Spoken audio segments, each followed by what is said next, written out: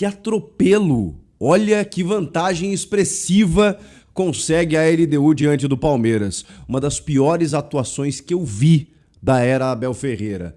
Será que dá pra virar?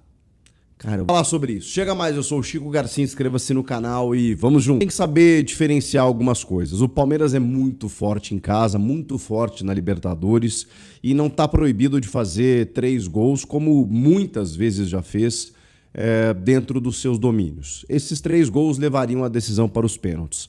Claro, não vai ser fácil, até porque a LDU vem para jogar, né? Se ela não viesse, seria mais fácil.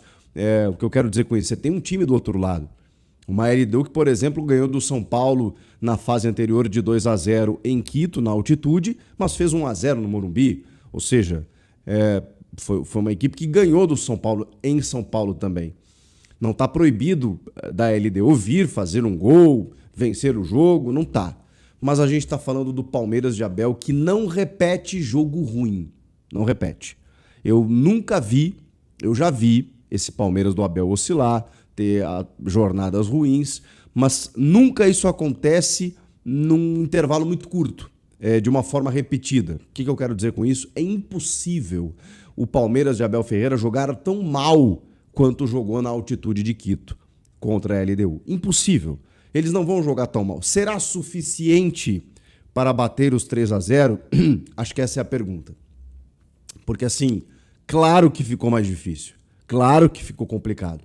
Mas se tem um time, gente, que é capaz de reverter esse 3-0, é o Palmeiras de Abel Ferreira. Eu não estou dizendo com isso que vai conseguir. Eu estou dizendo que não dá para cravar. Qualquer outra equipe, a gente meio que encaminharia e diria aqui, cara, 3-0 é muita coisa, é muito difícil de reverter. Mas esse time do Palmeiras, ele me faz acreditar, e acho que faz o torcedor acreditar, de que no Allianz Parque semana que vem pode ser diferente. Até porque precisa ser diferente, inclusive a atuação. E sendo diferente a atuação, cara, eu não consigo duvidar.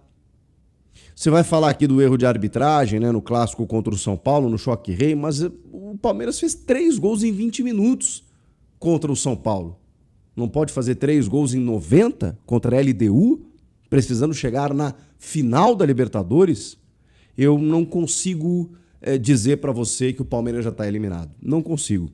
Exatamente por conta desse histórico, pelo que a gente conhece do Abel Ferreira, que ele, assim, vai passar uma semana entrando na mente desses caras, e o Palmeiras vai fazer um jogo, repito, eu não sei se vai ser suficiente para escalar essa montanha, mas eu tenho certeza que o Palmeiras vai fazer um jogo muito diferente e vai entrar, assim, mordendo desde o primeiro segundo de jogo para tentar resolver, para empilhar gols na LDU. É o que o Palmeiras vai tentar fazer. Vai conseguir? Não sei. Até porque do outro lado tem uma LDU, tem um Thiago Nunes e tem uma equipe muito bem organizada. Acho que a gente precisa falar sobre isso também. Sobre o trabalho de Thiago Nunes na LDU, que já deixou pelo caminho o São Paulo, o Botafogo, ganhou do Flamengo. Então, assim, é uma pedra no sapato dos brasileiros. E outra, eles vêm para o jogo. E eles sabem que tem a vantagem. De que maneira eles vão administrar, ou, melhor dizendo, trabalhar essa vantagem? Será que a LDU vem para se defender apenas? Acho difícil. Acho difícil. Claro que eles não vão ter a mesma intensidade de jogo. Eles não vão conseguir ter o mesmo domínio. Pelo menos eu imagino que o Palmeiras seja completamente diferente. O que aconteceu nessa partida cara, é até fácil da gente explicar. A LDU, se aproveitando da altitude, evidentemente, utilizou uma blitz nos primeiros 15, 20 minutos que eu imaginei que iria parar por aí. Eu olhando o jogo, pensava assim, caramba, Palmeiras não entrou no jogo ainda, mas uma hora vai entrar. E só dava LDU, e só dava LDU. E eu falei, ok, faz parte da estratégia da LDU. A LDU fez isso contra o São Paulo, é normal. Eles atacam mesmo, eles tentam surpreender o adversário. E o adversário está meio zonzo, meio tonto, a altitude faz diferença no peso da bola, na velocidade e tal. Então, assim, é a maneira de você surpreender. E até pensei comigo, Cara, se a LDU não converter essa intensidade de jogo em gols no placar, vai ficar mais difícil, porque uma hora o Palmeiras vai entrar no jogo e o Palmeiras pode daqui a pouco reagir, fazer seus gols e tudo mais. Só que eu tava esperando o Palmeiras entrar no jogo e ele não entrou. O segundo tempo melhorou um pouquinho, mas, cara, a LDU baixou o ritmo também, né? Baixou a sua intensidade. A gente precisa falar disso.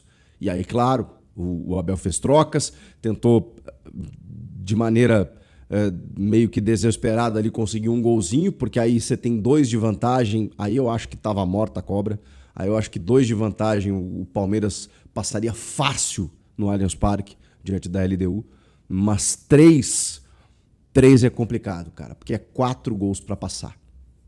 É 3 para igualar e 4 para passar. Pode parecer uma diferença pouca, mas não é. E aí a LDU, nos primeiros minutos, chegando muito ao gol do Carlos Miguel. E o Carlos Miguel até fazendo as suas defesas. Porém, quando essa jogada encaixou, e foi uma jogada lateralizada, cruzando para o miolo da área, em que nenhum jogador do Palmeiras marcava os jogadores da LDU, essa jogada estava acontecendo o tempo inteiro. Praticamente todas as bolas que eram cruzadas das laterais, tanto do lado direito quanto do lado esquerdo, ela encontrava um jogador da LDU sozinho dentro da área para finalizar. E aí, cara, começou, até que esse Villamil, esse jogador boliviano de 24 anos que mandou no jogo, foi lá e fez o primeiro gol. O segundo acontece através de uma penalidade que, inicialmente, até achei ela questionável, porque você tem uma sensação de que ela bate primeiro no ombro, raspa no ombro, bate no braço que está mais recolhido aqui, só que tem um braço do Andreas Pereira que está escondido aqui no chute do jogador da LDU. Uma câmera de trás mostra que essa mão está um pouco mais aberta e essa mão, inclusive, ela é jogada com o impacto da bola, fazendo uma ação de bloqueio. Então ele tenta esconder essa mão aqui, mas não consegue.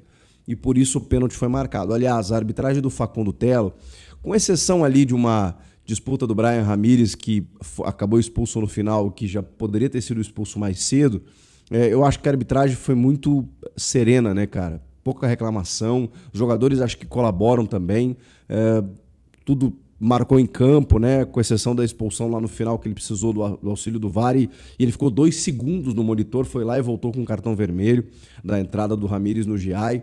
Mas esse pênalti aí foi marcado e eu até pensei, cara, no primeiro momento, né? Vai chamar para revisão. Não chamou, teve a cobrança, foi tudo muito rápido. Quando veio a câmera de trás, o VAR obviamente concordou com a decisão de campo, porque foi pênalti e tal, e não interviu. 2-0. O Alzugaray ali faria 2-0, que já era um resultado, pelo que a LDU produzia, né, 24 minutos de jogo, super interessante, uma vantagem super expressiva. E aí, aos 46, vem a jogada, só que pelo outro lado, os laterais do Palmeiras vazaram muito. Tanto o Kelvin quanto o Piquerez. Sofreram demais no jogo. E aí o Villamil fez mais um em cima do Carlos Miguel, que fez uma ou outra defesa e tal, mas, cara, 3 gols em 45 minutos. Não é necessariamente por culpa do Carlos Miguel, porque ele foi bombardeado. A defesa do Palmeiras não existiu. O Emiliano Martínez não conseguiu ser um marcador necessário. O Andreas Pereira, tô vendo muita gente criticar. Cara, ele salvou algumas bolas em recuperação.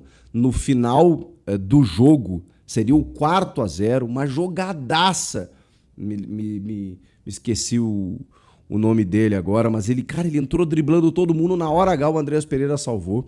Teve um contra-ataque que ele estava na área adversária, ele volta e consegue tirar de cabeça numa bola elevada. O Andreas Pereira tentou, cara, só que ele estava sozinho praticamente, porque o Emiliano Martínez não conseguiu ser o marcador que o time precisava. O Rafael Veiga não conseguiu jogar o que se imaginava, e o Abel foi na sua bola de segurança, né? Jogo cascudo Libertadores, botou o Rafael Veiga no meio e o Murilo na defesa. Vou botar os mais experientes aqui e vou para cima. E o Rafael Veiga não conseguiu dar essa resposta.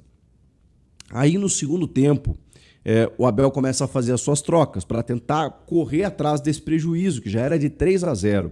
Cara, teve um momento do jogo em que o Felipe Anderson baixou para fazer a cobertura do Quinteiro, que é um lateral direito muito forte, muito rápido, cara, muito difícil pegar esse cara.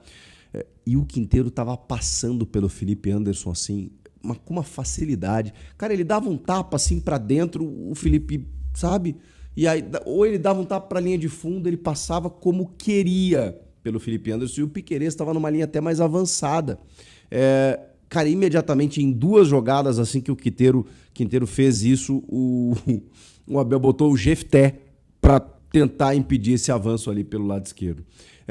Tirou o Kelvin, botou o Giai também, né, no segundo tempo. Fez outras trocas e aí apareceu um outro jogador muito decisivo, que foi o goleiro da LDU. Porque, como eu disse, o Palmeiras até melhora no segundo tempo, meio que de uma forma até não muito ordenada, mas melhora. A LDU cansa ou tira o seu ritmo mais intenso. E o Flaco Lopes teve algumas oportunidades. Uma, a queima-roupa, que o Dida, ele tem um apelido de Dida, né, o Alex? O Dida Domingues salva a queima-roupa. Depois tem um cabeceio mais pro final, que ele cabeceia por cima. E aí tem o chute do Sousa, que é um gol perdido, mas é uma defesa espantosa. Porque é um chute a queima-roupa, é um pênalti, muito mais do que um pênalti. A proximidade é menor. O Sousa entra livre pelo lado direito, queima o Domingues e ele consegue fazer a defesa. Um golzinho para o Palmeiras seria fantástico nesse jogo, diante de todas as circunstâncias. Não conseguiu, terminou 3-0 e agora o Allianz Parque vai ter que ferver demais para recuperar isso e chegar na final. Repito, conhecendo o histórico do Palmeiras, eu jamais colocaria como favas contadas, porque eu sei da capacidade que esse time tem de se superar nesses momentos. Agora, é inegável que é uma vantagem muito significativa. Se a LDU souber trabalhar e vai precisar saber trabalhar com isso, ela consegue avançar para a final da Libertadores. É aquela ideia de que a LDU aparentemente enfiou a faca, mas não virou, não deixou o cabo lá dentro, não arrancou a cabeça. Palmeiras está vivo. Por aparelhos, respirando por aparelhos, mas ainda está vivo. Porque se tem um time que consegue fazer isso, é o Palmeiras diante da sua torcida. Será que vai dar? Quero ouvi-los. Comenta aqui, inscreva-se no canal e eu volto na próxima. Tchau!